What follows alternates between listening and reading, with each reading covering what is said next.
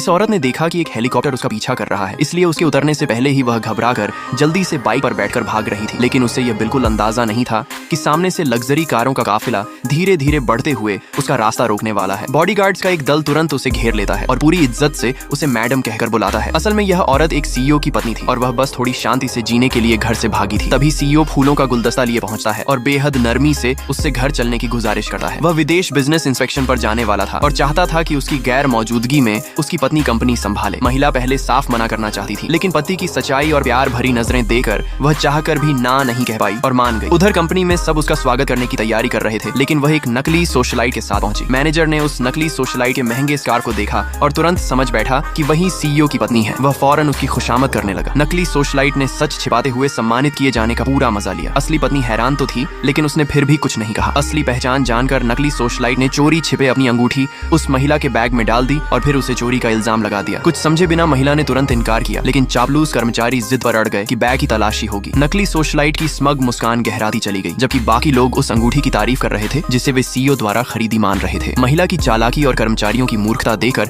असली पत्नी ने अचानक ऐलान किया कि वही असली सीईओ की पत्नी है। उसने कहा कि सीईओ के ऑफिस का दरवाजा फेशियल रिकॉग्निशन से खोलकर सब साफ हो जाएगा। ये सुनकर नकली सोशलाइट का चेहरा सफेद पड़ गया। फिर भी कर्मचारियों के सामने शर्मिंदगी से बचने के लिए उसने हिम्मत कर स्कैन करवाया और तुरंत साफ हो गया कि वह असली पत्नी नहीं है। वह बुरी तरह अपमानित हो गई। महिला उसकी हालत पर हंस दी, लेकिन नकली सोशलाइट ने जिद की कि स्कैनर ही खराब है। अगले ही पल असली पत्नी आगे बढ़ी, झुककर फेस स्कैन किया और दरवाजा तुरंत खुल गया। तब जाकर सबकी आंखें खुली कि वही असली सीईओ की पत्नी